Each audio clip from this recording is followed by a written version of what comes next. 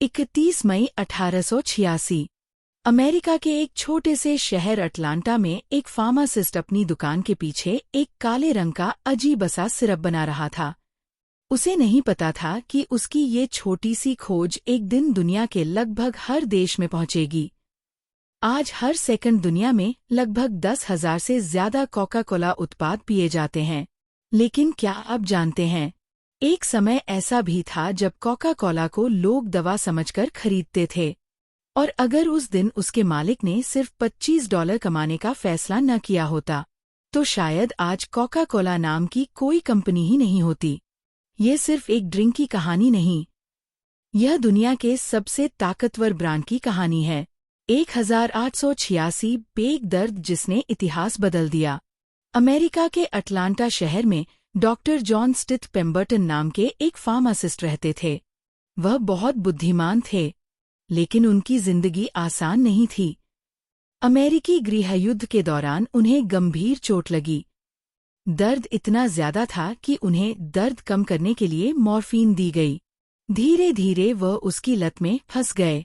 अब उनका सबसे बड़ा सपना था ऐसी दवा बनाना जो दर्द भी कम करे और लोगों को नुकसान भी ना पहुंचाए। उन्होंने महीनों तक अलग अलग जड़ी बूटियों, मसालों और सिरप पर प्रयोग किए। एक दिन उन्होंने एक मीठा सिरप तैयार किया। उसे पानी में मिलाकर पिया गया। स्वाद अच्छा था, लेकिन कुछ खास नहीं। फिर किसी ने उसमें कार्बोनेटेड पानी मिला दिया। जैसे ही पहला घूंट लिया गया, सब चौंक गए। यहीं से कोका कोला की कहानी शुरू हुई। नाम किसने रखा? डॉक्टर पेम्बर्टन के साथ काम करने वाले उनके अकाउंटेंट फ्रैंक रॉबिन्सन ने कहा, अगर यह ड्रिंक दुनिया भर में बिकनी है तो इसका नाम भी याद रहने वाला होना चाहिए। उन्होंने 2 मुख्य सामग्री के नाम लेकर लिखा, कोका कोला। फिर अपनी सुंदर हैंडराइटिंग में लोगो बनाया। यही लोगो आज लगभग 140 साल बाद भी दुनिया भर में इस्तेमाल हो रहा है। पहली बिक्री 8 मई 1886 एटलांटा की जैकोब्स फार्मेसी में कोका कोला पहली बार बेची गई। एक गिलास की कीमत थी सिर्फ 5 सेंट। शुरुआत में लोग इसे दवा समझकर पीते थे। विज्ञापन में लिखा जाता था, डिलिशियस एंड रिफ्रेशिंग, लेकिन शुरुआत बिल्कुल भी शानदार नहीं थी। पूरे दिन में सिर्फ 9 गिलास बिके। पूरे साल की बिक्री लगभग $50, जबकि खर्च $70 से ज्यादा। कंपनी घाटे में थी। एक दुखद मोड़, डॉक्टर पेम्बर्टन की तबीयत लगातार बिगड़ती जा रही थी। उनके पास पैसे नहीं थे, इलाज के लिए भी संघर्ष करना पड़ रहा था। आखिरकार उन्होंने कोका कोला के अधिकार अलग अलग लोगों को बेचने शुरू कर दिए।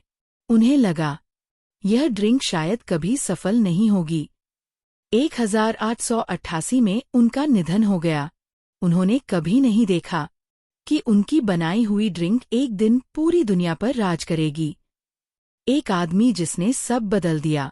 उसी समय अटलांटा में एक सफल बिजनेसमैन था, आसा कैंडलर। उसे कोका कोला का स्वाद पसंद आया, लेकिन उससे भी ज्यादा उसे इस ब्रांड में भविष्य दिखाई दिया। धीरे धीरे उसने कोका कोला के सारे अधिकार खरीद लिए। लोगों ने उसका मजाक उड़ाया, एक फेल हो चुकी ड्रिंक पर पैसा क्यों बर्बाद कर रहे हों। लेकिन आसा कैंडलर को भरोसा था, समस्या ड्रिंक में नहीं, मार्केटिंग में है। मार्केटिंग का जादू। उसने मुफ्त कूपन बांटने शुरू किए। लोगों को पहली बार कोका कोला मुफ्त में चखाई गई। दुकानों को मुफ्त घड़ियां, कैलेंडर, पोस्टर, साइन बोर्ड दिए गए। जहां भी लोग देखते, उन्हें कोका कोला दिखाई देती। धीरे धीरे लोग इस नए स्वाद के दीवाने होने लगे। कुछ ही वर्षों में कोका कोला पूरे अमेरिका में पहचानी जाने लगी। लेकिन अभी सबसे बड़ा धमाका बाकी था।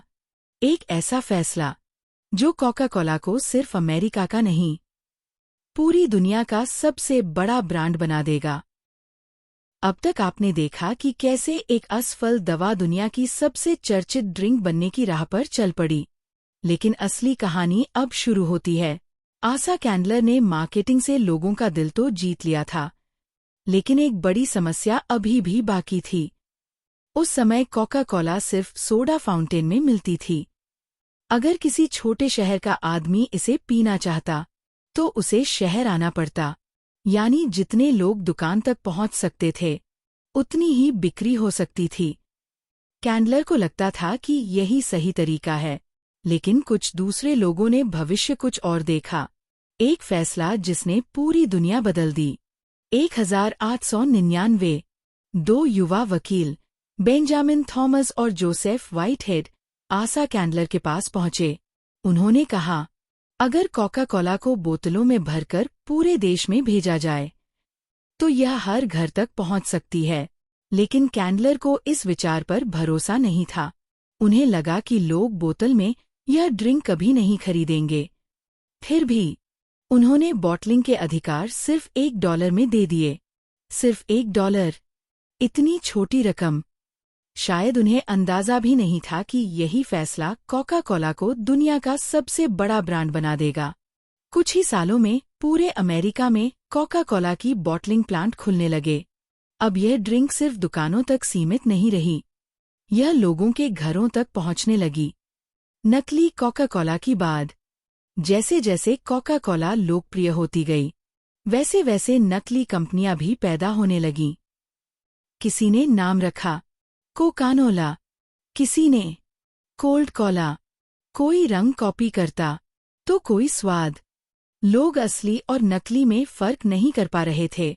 तब कंपनी ने एक ऐसा कदम उठाया जो ब्रांडिंग की दुनिया में इतिहास बन गया।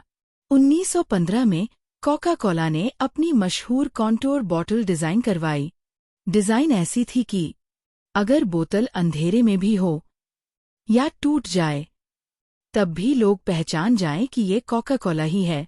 आज भी वह बोतल दुनिया की सबसे पहचानने योग्य पैकेजिंग में गिनी जाती है। विश्व युद्ध और कोका कोला। फिर आया दूसरा विश्व युद्ध। दुनिया युद्ध में डूबी हुई थी। कई कंपनियों ने उत्पादन कम कर दिया, लेकिन कोका कोला ने अलग फैसला लिया। कंपनी के प्रमुख ने कहा, दुनिया में जहां भी कोई अमेरिकी सैनिक होगा उसे कोका कोला सिर्फ 5 सेंट में मिलेगी। इसके लिए कंपनी ने युद्ध क्षेत्रों के पास ही बॉटलिंग प्लांट लगाए। सैनिक जहां गए कोका कोला भी वहां पहुंची। युद्ध खत्म हुआ, लेकिन वे प्लांट वहीं रह गए। यही वजह थी कि कोका कोला यूरोप, एशिया और दुनिया के कई देशों में तेजी से फैल गई। कई इतिहासकार मानते हैं कि युद्ध ने कोका कोला को एक अमेरिकी ड्रिंक से वैश्विक ब्रांड बना दिया। सांता क्लॉज और कोका कोला। क्या आपने कभी सोचा है, आज हम जिस लाल सफेद कपड़ों वाले सांता क्लॉज को जानते हैं, वह इतना प्रसिद्ध कैसे हुआ?